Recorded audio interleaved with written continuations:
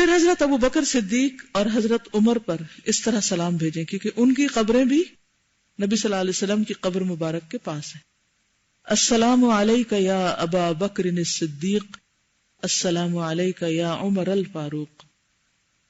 اے ابو بکر صدیق آپ پر سلام ہو، اے عمر فاروق آپ پر سلام ہو رضی اللہ عنہ. دہرائیے، السلام علیک یا ابا بکر الصدیق، السلام علیک یا عمر الفاروق. جب آپ یہ سلام انہیں کریں گے اور سوچ کے کریں گے تو ہو نہیں سکتا کہ آپ کے آنکھوں سے آنسو نہ نکلے کہ اللہ سبحانہ تعالیٰ نے ان دو کو اس مقام کے لیے چنا ہے. وہ کتنے سنسیئر تھے اپنے نبی کے لیے، کتنے محبت کرنے والے تھے، کتنے وفادار تھے کہ مرنے کے بعد بھی اللہ سبحانہ تعالیٰ نے ان کو ساتھ ہی رکھا. کیونکہ حدیث میں آتا نا کہ المرء مع من احب، انسان اسی کے ساتھ ہوگا جس سے وہ محبت کرے گا. تو اللہ نے ان کو اپنے نبی کے ساتھ مرنے کے بعد جگہ دی. یہ ان کی سچی محبت کا ایک اظہار ہے، سچی محبت کا ثبوت ہے، گواہی ہے. اس لیے ان دو کے خلاف کبھی کہیں سے کوئی بات سنے تو اس میں یقین نہ کریں، کیونکہ یہ نہیں ہو سکتا کہ اللہ اپنے نبی کے ساتھ ایسے لوگوں کو جگہ دے جو جن کے دلوں میں نبی کی صحیح قدر و قیمت نہ ہو. تو بہرحال کوشش یہ کریں کہ ساتھ آپ کے کوئی ایسی کتاب ہو یا ایسی چیز ہو کہ جس میں حضرت ابو بکر کی صفات اور حضرت عمر کی دہرا لیں. Read about them. کیوں؟ پھر آپ کی فیلنگز اور ہوں گی. کیونکہ قرآن پاک میں آتا ہے قُلْ هَلْ يَسْتَوِي الَّذِينَ يَعْلَمُونَ وَالَّذِينَ لَا يَعْلَمُونَ، کہہ دیجئے کیا وہ جو جانتے اور وہ جو جانتے نہیں برابر ہو سکتے؟ ہرگز نہیں ہو سکتے. آپ کے دل کی کیفیت ہی کچھ اور ہو. حج کا سفر عبادت کا سفر تو ہے ہی، لیکن اس کو عبادت کے ساتھ ساتھ علم کا سفر بھی بنا لیں، کیونکہ عالم کی فضیلت بہرحال عابد پر زیادہ ہے. عالم کسی خاص پرسنالٹی کا نام نہیں ہوتا، عالم کا مطلب ہوتا ہے جاننے والا. تو جب آپ ساتھ ساتھ جانتے جائیں گے تو آپ علم حاصل کرتے جائیں گے.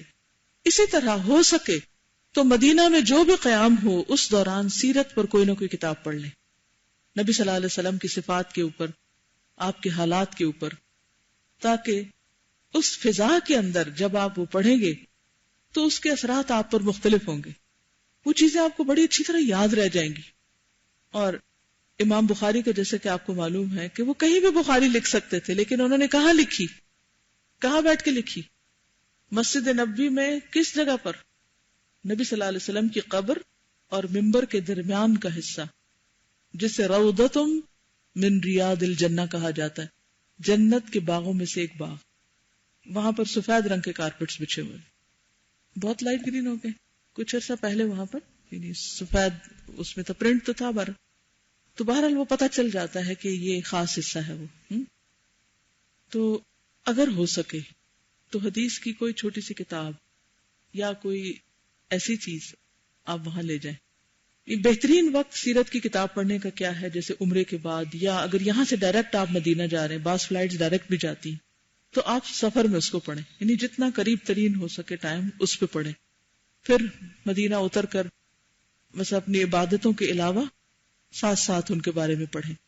اور اگر حدیث کی کوئی کتاب پڑھیں گے تو آپ اس سنت کو زندہ کریں گے کہ مسجد نبی میں تعلیم ہوتی تھی. بہت سی حدیثیں جو آج ہم تک پہنچی ہیں یہ وہیں سے اوریجنیٹ ہوئی ہیں، وہاں ان کا درس دیا گیا تھا، وہاں یہ سکھائی گئی تھی.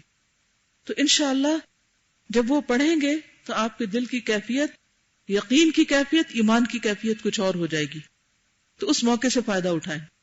مثلا آج کل آپ دیکھیں کہ موبائلز کے اندر آپ ایسے سافٹ ویئر ہیں جو ڈاؤن لوڈ کر لیں تو ان میں حدیثیں ہو سکتی ہیں، ٹرانسلیشنز بھی ملتی ہیں اگر آپ کو عربی نہیں آتی. چھوٹی پاکٹ سائز کی کتابیں بھی ہوتی ہیں، جو آج کل میں لؤلؤ المرجان پڑھ رہی ہوں، بالکل اتنی سی کتاب ہے. تو وہ آپ کہیں بھی اپنے ہینڈ بیگ میں بھی رکھ سکتے، بالکل لائٹ پیپر کے اوپر چھپی ہوئی ہے، ہینڈ بیگ میں بھی رکھ کے آپ کہیں بھی لے جا سکتے ہیں. اور وہاں پر اگر وہ چیکنگ کرتے بھی ہیں نا تو جب آپ ان کو دکھا دیتے ہیں تو وہ 1 منٹ میں پہچان جاتے کہ کتاب اوتھینٹک ہے، وہ آپ کو اندر بھی لے جانے دیتے ہیں.